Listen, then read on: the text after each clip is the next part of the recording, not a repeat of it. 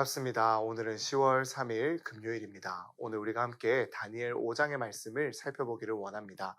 이 다니엘 5장은 지금까지 다니엘만큼 어쩌면 다니엘보다 더욱 많이 등장하고 언급되며 이 다니엘서 전반부에서 중요한 역할을 했던 이 느부갓네살 왕이 아니라 이 새로운 왕이 등장합니다. 하지만 어떤 왕이 등장하던 그들이 하나님 앞에서 보이는 태도는 동일합니다. 그리고 이 5장에 등장하는 벨사살이라는 왕은 지금까지 이 느부갓네살이 보여주었던 모습보다 더 악하고 교만한 모습을 우리에게 보여줍니다. 다니엘서 5장 1절의 말씀입니다. 벨사살 왕이 그의 귀족 1000명을 위하여 큰 잔치를 베풀고 그 1000명 앞에서 술을 마시니라. 벨사살이 술을 마실 때에 명하여 그에 붙인 느부갓네살이 예루살렘 성전에서 탈취하여 온 은 그릇을 가져오라고 명하였으니 이는 왕과 귀족들과 왕후들과 후궁들이 다 그것으로 마시려 함이었더라. 이에 예루살렘 하나님의 전 성소 중에서 탈취하여 온 금그릇을 가져오매 왕이 그 귀족들과 왕후들과 후궁들과 더불어 그것으로 마시더라. 그들이 술을 마시고는 그 금, 은, 구리, 쇠, 나무, 돌로 만든 신들을 찬양하니라. 이 벨사살은요, 이 귀족 1000명을 위하여 큰 잔치를 베풉니다. 아마 이 잔치는 바벨론 제국을 위해 큰 공을 세운 공신들과 이 충신들을 격려하고 또 위로하기 위한 시간이었을 것으로 보입니다. 그런데요, 그 자리에서 이 벨사살은 갑자기 느부갓네살 왕의 승전 기념품으로 탈취해 왔던 이 예루살렘의 성전 기물을 가지고 오라고 명합니다. 그리고 그 기물들에다가 술을 따라 마시는 잔으로 그릇으로 사용해버리고 자신들이 섬기고 있던 갖가지 우상들을 숭배하기 시작합니다. 도대체 벨사살이 이렇게 행한 이유가 무엇일까요? 이 잔치는 지금 유다와의 전쟁에서 승리를 기념하고 축하하기 위한 자리도 아닙니다.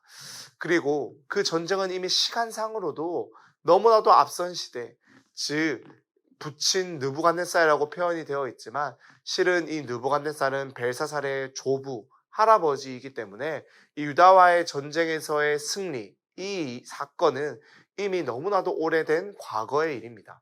그러니 굳이 지금 다시 그 승리를 기념할 이유가 없는 것입니다. 하지만 벨사살은 굳이 예루살렘의 성전의 기물을 가지고 와서 그것들의 술을 따라 마시고 그 후 자기들의 신을 높입니다. 이 벨사살이 이렇게 하는 이유는요, 단 한 가지예요. 그는 느부갓네살이 몸소 하나님의 징계를 통해 배우게 된 이 겸손, 그리고 하나님을 인정하여 온 나라의 하나님을 인정하라고 내린 그 명령을 이제는 뒤엎고 싶기 때문입니다. 할아버지의 명령을 그대로 지키며 그의 시대에도 하나님을 높이고 하나님을 인정하고 싶은 것이 아니라 이 하나님은 이미 자신들의 나라에 패배한 신이라는 것을 다시금 바벨론 제국에 공포하면서 이 세상의 주관자, 이 세상을 다스리는 자는 여호와 하나님이 아니라 바로 바벨론 제국이며 이제는 그 제국을 다스리는 왕, 나 벨사살 자신이다라는 것을 선포하고 싶었기 때문입니다. 그러면서 그들은 하나님의 성전 기물에다가 이 술을 따라 마시며 하나님을 모욕하고 손가락질하면서 이 자신들의 강함을, 자신들의 승리를, 자신들의 힘을 자랑하며 왕인 벨사살을 높였을 것입니다. 바로 그때요, 하나님을 손가락질하던 그들 앞에 하나님의 손가락이 나타납니다. 5절의 말씀이에요. 그때 사람의 손가락들이 나타나서 왕궁 촛대 맞은편 석회벽에 글자를 쓰는데 왕이 그 글자 쓰는 손가락을 본지라. 이에 왕의 즐기던 얼굴빛이 변하고 그 생각이 번민하여 널쩍다리 마디가 녹는 듯하고 그의 무릎이 서로 부딪힌지라. 그토록 교만하고 그토록 자신들의 힘을 자랑하며 기세가 등등하던 벨사살 왕의 모습은 없습니다. 그런 벨사살의 힘 앞에 엎드리며 벨사살을 높이던 바벨론 제국의 귀족들은 그곳에 없습니다. 그 잔치 자리에는요, 이제 하나님의 손가락만 보고도 그 하나님의 위엄과 영광에 압도되어 두려움에 떨고 있는 연약한 죄인들만이 존재합니다. 사랑하는 여러분, 이것이 이 하나님 앞에서 너무나도 한없이 보잘것없는 존재인 우리들의 실존입니다. 우리는요, 하나님의 손가락, 아니 하나님의 그림자만 사실 실제로 보아도 그 하나님의 위엄 앞에 엎드려 두려워 떨 수밖에 없는 자들입니다.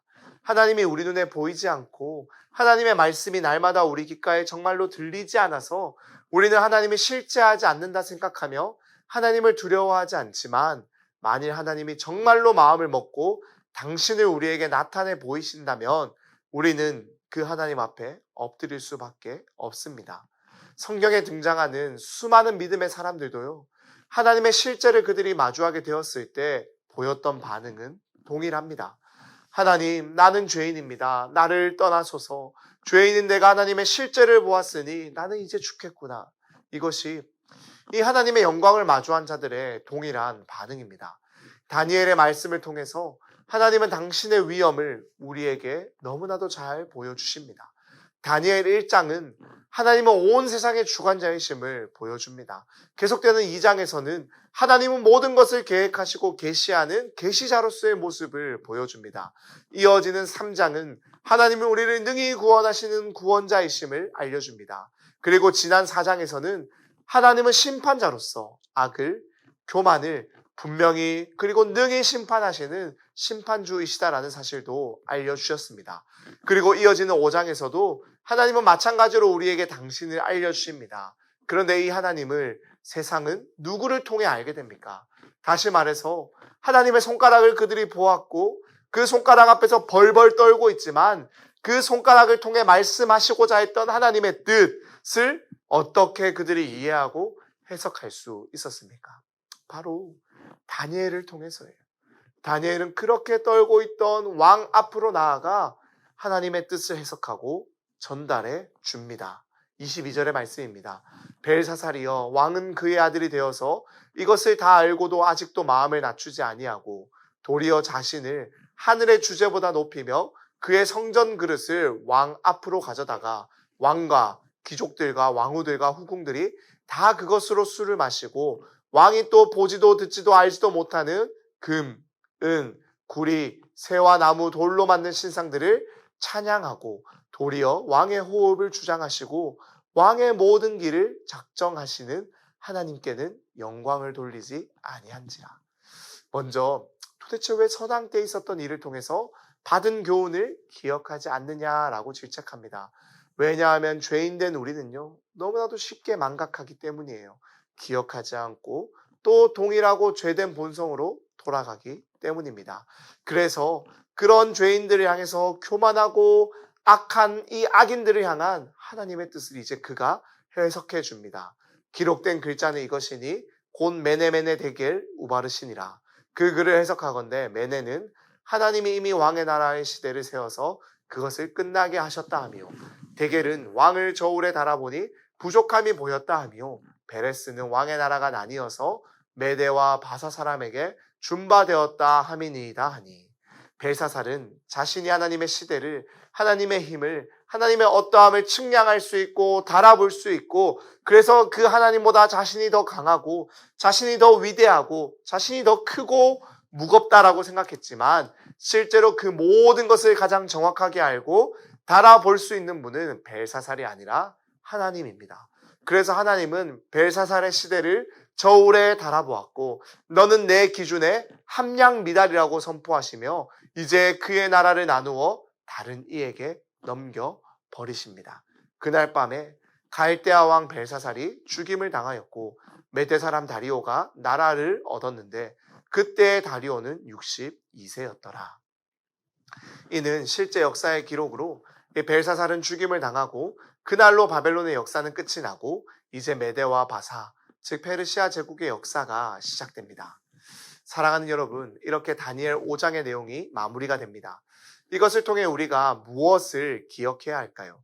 우리가 이 땅에 세워진 우리 교회가 이 세상의 하나님의 뜻을 해석하고 보여줄 수 있는 그러한 해석자들, 무엇보다 하나님의 뜻을 밝히 가리켜 보여줄 수 있는 하나님의 손가락들이 될 수 있기를 간절히 소망합니다.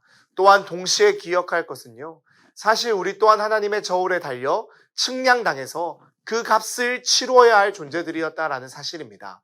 하지만 하나님은 우리가 치루어야 할 그 죄의 값을 누구에게 물으셨습니까?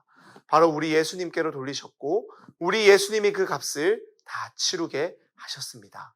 그 결과 우리는 감히 하나님 앞에 나아가 온 세상은 죄인들은 하나님의 손가락만 보아도 벌벌 떨지만 이제 우리는 하나님 앞에서 하나님의 사랑받는 자녀로 의롭다 여김받으며 하나님과 동행하는 함께하는 은혜를 누립니다. 사랑하는 여러분, 그렇게 우리에게 베풀어진 하나님의 이 은혜와 사랑을 기억하며 이제 하나님 앞에 날마다 감사로 나아갑시다. 그리고 우리에게 베푸신 이 하나님의 은혜와 사랑을 증거하고 해석해 들려주고 보여주는 하나님의 손가락들로 이 세상을 살아갑시다. 그래서 세상이 우리를 통해 하나님의 온전하신 뜻을 바라보고 이해할 수 있게 되기를 날마다 구하며 나아가는 우리가 되기를 간절히 축복합니다. 기도하겠습니다. 하나님 아버지 감사합니다. 세상은 알지 못하는 하나님을 우리에게 밝히 보여주시고 알게 하시니 감사합니다. 주님, 세상은 알지 못하는 하나님의 뜻, 그 하나님의 손가락을 해석해내는 그러한 존재들이 바로 우리가 되게 하여 주셔서 이 땅에 하나님의 뜻을 밝히 보여내는 살아있는 하나님의 교회로 하나님의 사람들로 살아가는 그러한 우리 모두 되게 하여 주시고 나의 죄를 측량하사 내게 묻지 않으시고 예수께 물으신 하나님의 그 놀라운 은혜와 사랑을 감사하며 감격하며 기뻐하며 찬양하는 우리가 되게 하여 주시옵소서. 예수님의 이름으로 기도드립니다. 아멘.